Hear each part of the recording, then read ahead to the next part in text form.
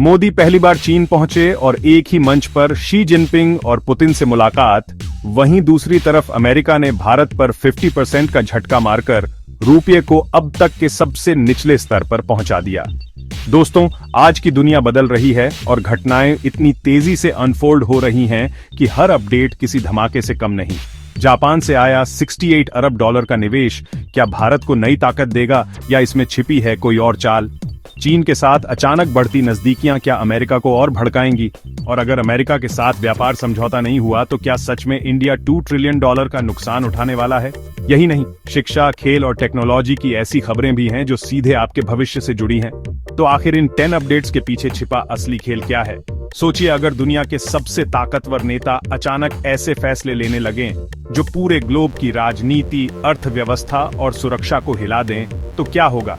आज की सबसे चौंकाने वाली खबर आई है वॉशिंगटन से, जहां अमेरिका ने चीन को खुली चेतावनी देते हुए कहा है कि दक्षिण चीन सागर में अब कोई भी आक्रामक कदम बर्दाश्त नहीं किया जाएगा।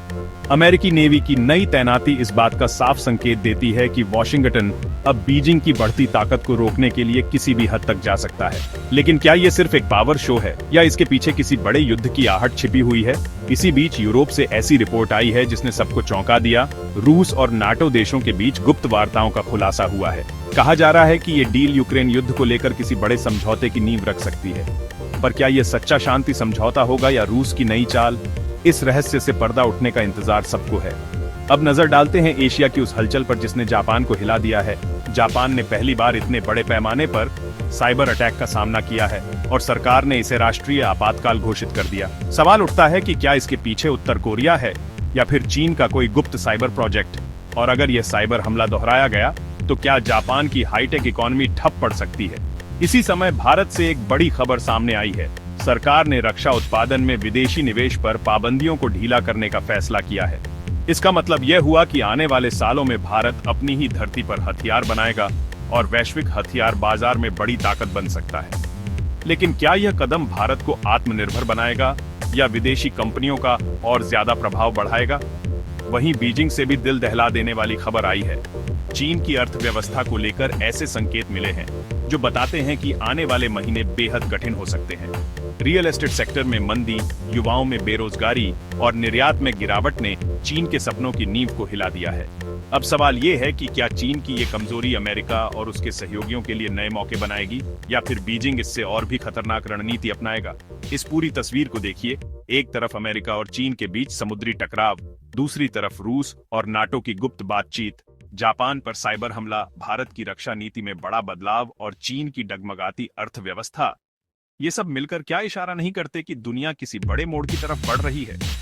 क्या आने वाले महीनों में हम एक ऐसे वैश्विक संकट का गवाह बनेंगे जिसकी झलक आज इन घटनाओं में दिखाई दे रही है? और सबसे बड़ा सवाल, इन टकरावों और समझौतों के बीच असली विजेता कौन होगा और सबसे बड़ा हारने वाला कौन?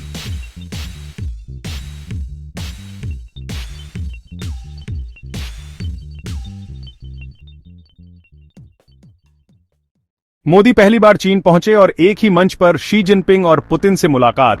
वहीं दूसरी तरफ अमेरिका ने भारत पर 50% का झटका मारकर रुपये को अब तक के सबसे निचले स्तर पर पहुंचा दिया। दोस्तों, आज की दुनिया बदल रही है और घटनाएं इतनी तेजी से अनफोल्ड हो रही हैं कि हर अपडेट किसी धमाके से कम नहीं। जापान से आया 68 अरब डॉलर का निवेश क्या भारत को नई ताकत देगा या इसमें छिपी है कोई और चाल? चीन के साथ अचानक बढ़ती नजदीकियां क्या अमेरिका को और भड़काएंगी? और अगर अमेरिका के साथ व्यापार समझौता नहीं हुआ तो क्या सच में इंडिया $2 ट्रिलियन का नुकसान उठाने वाला है? यही नहीं, शिक्षा, खेल और टेक्नोलॉजी की ऐसी खबरें भी हैं जो सीधे आपके भविष्य से जुड़ी हैं। तो आखिर इन 10 अपडेट्स के पीछे छिपा असली खेल क्या है? सोचिए, अगर दुनिया के सबसे ताकतवर नेता अचानक ऐसे फैसले लेने लगे जो पूरे ग्लोब की राजनीति, अर्थव्यवस्था और सुरक्षा को हिला दें, तो क्या होगा? आज की सबसे चौंकाने वाली खबर आई है वॉशिंगटन से, जहां अमेरिका ने चीन को खुली चेतावनी देते हुए कहा है कि दक्षिण चीन सागर में अब कोई भी आक्रामक कदम बर्दाश्त नहीं किया जाएगा। अमेरिकी नेवी की नई तैनाती इस बात का साफ संकेत देती है कि वॉशिंगटन अब बीजिंग की बढ़ती ताकत को रोकने के लिए किसी भी हद तक जा सकता है। लेकिन क्या ये सिर्फ एक पावर शो है या इसके पीछे किसी बड़े युद्ध की आहट छिपी हुई है? इसी बीच यूरोप से ऐसी रिपोर्ट आई है जिसने सबको चौंका दिया। रूस और नाटो देशों के बीच गुप्त वार्ताओं का खुलासा हुआ है। कहा जा रहा है कि यह डील यूक्रेन युद्ध को लेकर किसी बड़े समझौते की नींव रख सकती है। पर क्या यह सच्चा शांति समझौता होगा या रूस की नई चाल? इस रहस्य से पर्दा उठने का इंतजार सबको है। अब नजर डालते हैं एशिया की उस हलचल पर जिसने जापान को हिला दिया है। जापान ने पहली बार इतने बड़े पैमाने पर साइबर अटैक का सामना किया है और सरकार ने इसे राष्ट्रीय आपातकाल घोषित कर दिया। सवाल उठता है कि क्या इसके पीछे उत्तर कोरिया है या फिर चीन का कोई गुप्त साइबर प्रोजेक्ट? और अगर यह साइबर हमला दोहराया गया तो क्या जापान की हाईटेक इकोनॉमी ठप पड़ सकती है? इसी समय भारत से एक बड़ी खबर सामने आई है। सरकार ने रक्षा उत्पादन में विदेशी निवेश पर पाबंदियों को ढीला करने का फैसला किया है। इसका मतलब यह हुआ कि आने वाले सालों में भारत अपनी ही धरती पर हथियार बनाएगा और वैश्विक हथियार बाजार में बड़ी ताकत बन सकता है। वहीं बीजिंग से भी दिल दहला देने वाली खबर आई है। चीन की अर्थव्यवस्था को लेकर ऐसे संकेत मिले हैं जो बताते हैं कि आने वाले महीने बेहद कठिन हो सकते हैं। रियल एस्टेट सेक्टर में मंदी, युवाओं में बेरोजगारी और निर्यात में गिरावट ने चीन के सपनों की नींव को हिला दिया है। अब सवाल यह है कि क्या चीन की ये कमजोरी अमेरिका और उसके सहयोगियों के लिए नए मौके बनाएगी? दुनिया की इस अनिश्चित यात्रा में जहां हर मोड़ पर एक नया रहस्य सामने आ रहा है, वहीं अब नजरें ठहरती हैं मध्य पूर्व के उस बारूदखाने पर जो हर पल फटने के इंतजार में है। इजराइल और हिजबुल्लाह के बीच छेड़ी गई आग अब पूरे लेबनान तक फैल चुकी है। सीमाओं पर मिसाइलें दागी जा रही हैं और गाजा से उठती हर चीख एक बड़े युद्ध का संकेत देती है। सवाल यह है कि क्या यह सिर्फ सीमाई झड़प है या फिर आने वाले दिनों में पूरी दुनिया को झकझोर देने वाला तीसरा मोर्चा? इसी बीच ईरान की खामोशी और भी खतरनाक लग रही है। क्या तेहरान सिर्फ वक्त का इंतजार कर रहा है ताकि सही मौके पर एक बड़ा धमाका करके अमेरिका और इजराइल दोनों को चौंकाए?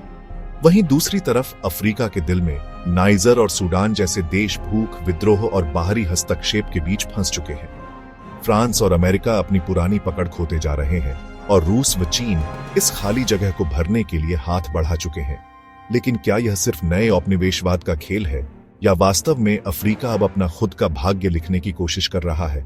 जरा सोचिए, अगर अफ्रीका में यह भू राजनीतिक ज्वालामुखी फट पड़ा तो क्या इसकी राख एशिया और यूरोप तक नहीं पहुंचेगी?